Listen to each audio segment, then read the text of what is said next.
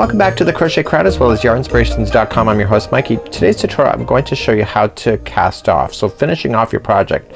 Now this is just a garter stitch that you see here, so I'm just going to continue to follow the pattern in order to work. So when you're going to knit this particular item, say for example you're doing knit 2, purl 2, knit 2, purl 2, you want to continue that same configuration, but then you want to use the same concept of putting the stitches over top of each other when you go to finish off. So let's show you how to cast off.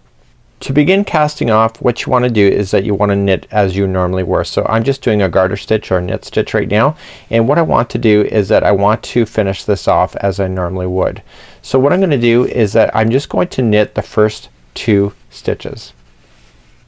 Okay, so just coming through, and I want to transfer that to the knitting needle that I'm working with in this hand right here. So I want to knit the next one as normal, so just going in. So if that was a purl for you, then you just purl as normal and then you just continue to go.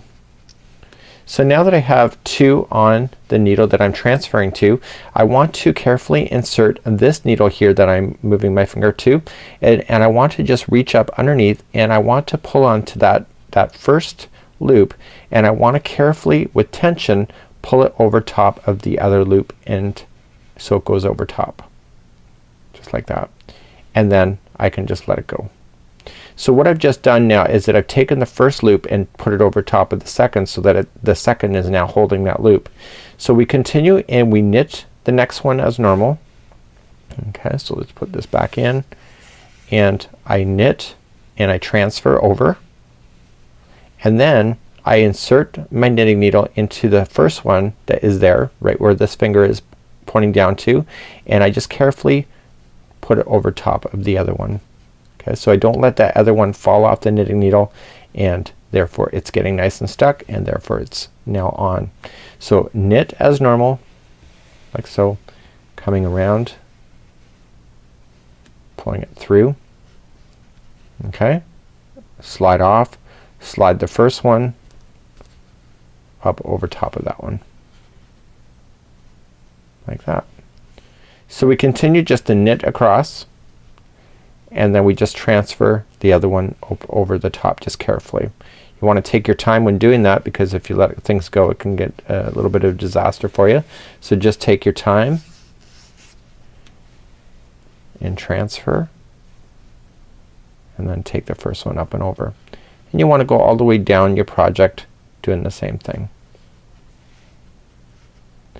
Now for myself, I have a big camera in front of me here as I'm filming, so it's a little bit harder for me to see exactly where I'm going. I'm watching myself through a monitor, so I wouldn't normally be this slow at doing so, but I don't mind it here on tutorial format, so you can see exactly what I'm doing. So I'm just continuing to go,